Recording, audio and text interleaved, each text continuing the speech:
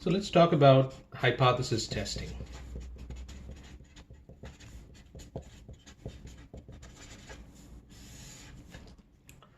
First of all, what is hypothesis testing? There should be two hypotheses which will compete with each other. One is called the null hypothesis,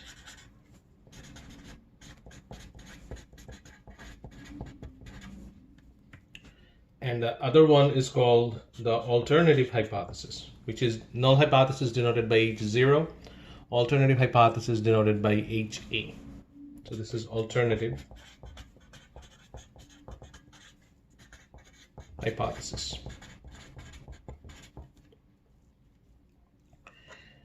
Now, this is the step one for any hypothesis testing problem where you have to write the two hypotheses.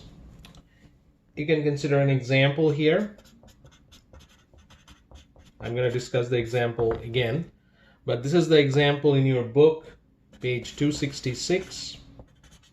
This is the human body temperature.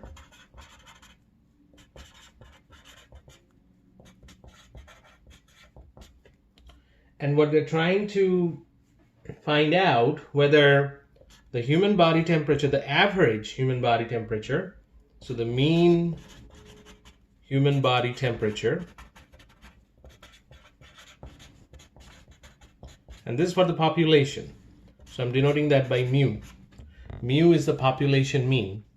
That should be 98.6.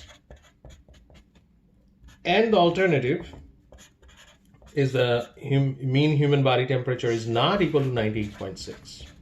So these are the two statements. We have to take one of them as true. And what's the procedure? So this is the step one. This is the step one for this example right here. That's the step one.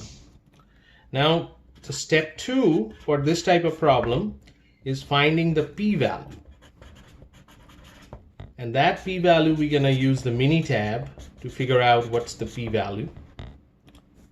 And once you find the p-value, then in step three, you have a rule of thumb, or ROT. I'm just writing ROT, which is the rule of thumb. And the rule of thumb is that if the p-value is less than or equal to 0.05, then you reject H0. If the p-value is greater than 0.05, then you fail to reject H0. So this is the whole structure of any hypothesis testing. It starts with the null hypothesis and alternative hypothesis like this, and then finding the p-value from Minitab, and then writing the conclusion, which one you want to reject. Do you want to reject the H0, or you want to fail to reject means accept. So you can also say accept H0 if your p-value is bigger than 0.05. So this is the whole structure. Now I'm going to discuss a little bit in general direction. For example, what are the different types of tests that we have? So hypothesis tests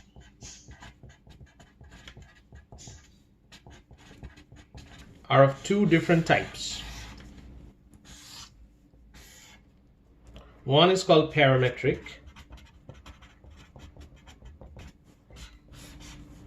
and another is called non-parametric.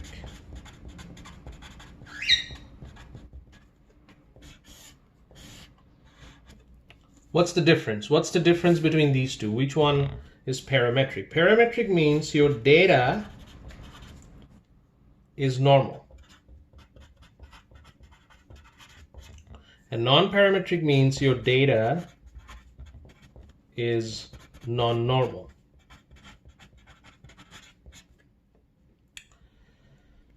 So that's the first thing that we need to test. We need to first test whether my data set is normal or non-normal. So this is what I'm calling, in a hypothesis test kind of setup, a step zero. Step zero is your H0 data is normal, so that's what you are testing, and your HA data is not normal.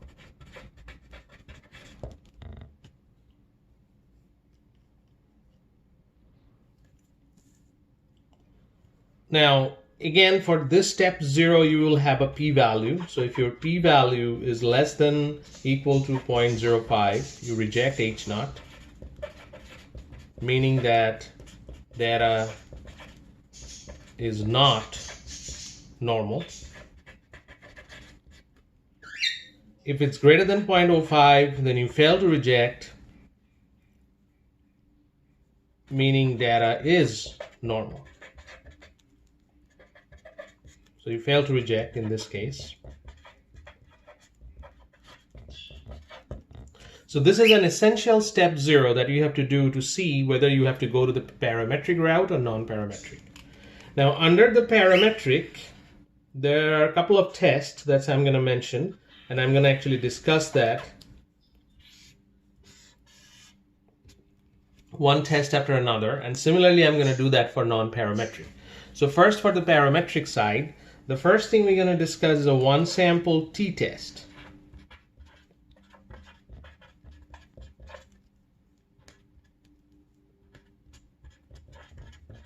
First, I'm going to discuss what we call a one-sample t-test. Then there is another one is called a paired t-test.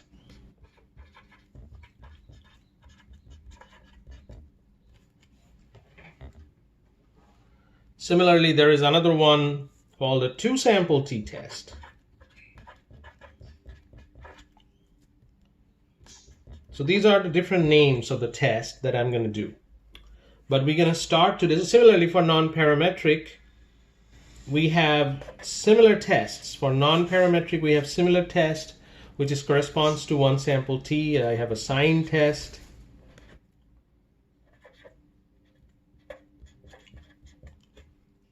And a two sample t, I have a Mann-Whitney test. So this is all we're going to discuss one after another.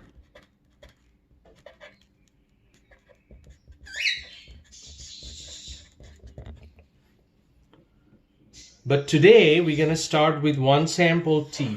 This is the one we're going to start with, a one sample t-test. So let's start with a one sample t-test. Again, I'm going to do this through an example.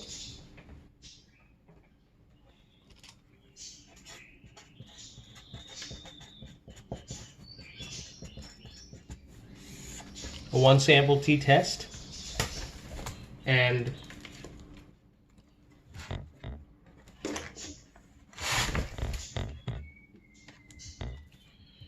this is also described in your page 266.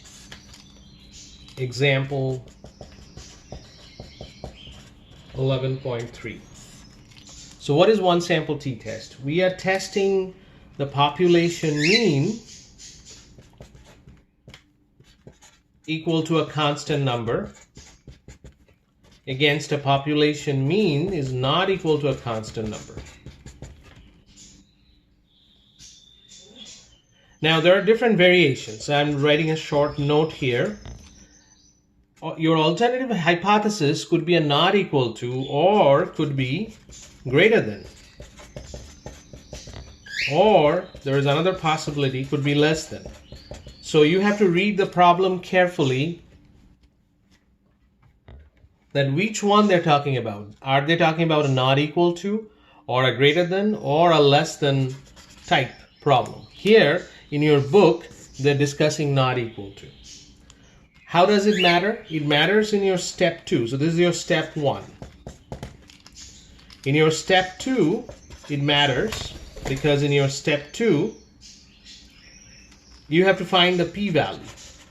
And to find the p-value, you have to use Minitab to figure that out. And I will have a separate lecture video how to do a one sample t-test in Minitab to get the p-value. So here you don't have to do any calculation. You have to just find the p-value from the Minitab, and then at step 3, following the rule of thumb, if your p-value less than equal to 0.05, you reject. Otherwise, you fail to reject.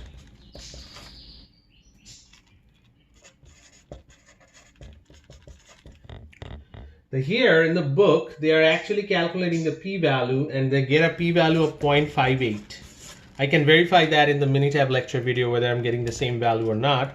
So 0.58 is greater than 0.05, meaning that we fail to reject the H0, meaning that this is true. This is indeed true. The average temperature, human body temperature, is 98.6 for all the population, human population. Mu means that is the population mean. So that's a one sample t-test. Again, in the case of one sample t-test, from Minitab, so this is another discussion. This is a discussion of finding a 95% confidence interval for mu. And we can use Minitab to find out a 95% confidence interval. So what's the concept there? The mu is in the middle, and you have a lower limit and upper limit. These two numbers we can get from the Minitab. And then we are 95% confident that the population mean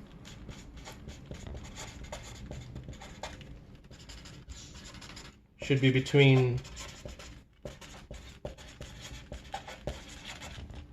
the lower limit and the upper limit. I'm just writing lower limit and upper limit. Of course, there will be numbers when I'm doing that problem in Minitab, the same problem.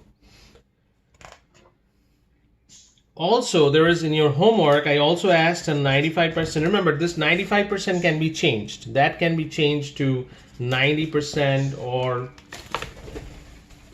80%. And so on. And how to change that, we're going to discuss that in Minitab video 2. Now, similarly, I can find a 95% confidence interval for sigma square, which is the variance. Remember, this is the population variance. So in Minitab, there is a way of finding for the sigma square, what is the lower limit and the upper limit. So again, I'm going to use Minitab to figure out that particular confidence interval 2. And that's pretty much what is the discussion for now. You should be able to do, after I post the Minitab video, of course, you should be able to do problem number, the first few problems, 2, 5, and 13 from the homework, from the next homework. So wait for the Minitab video because I need to show you how to get for one sample t-test this p-value right here. Also, I need to show you how to find a 95% confidence interval for mu, how to find a 95% confidence interval for sigma square. All right, so wait for the Minitab video.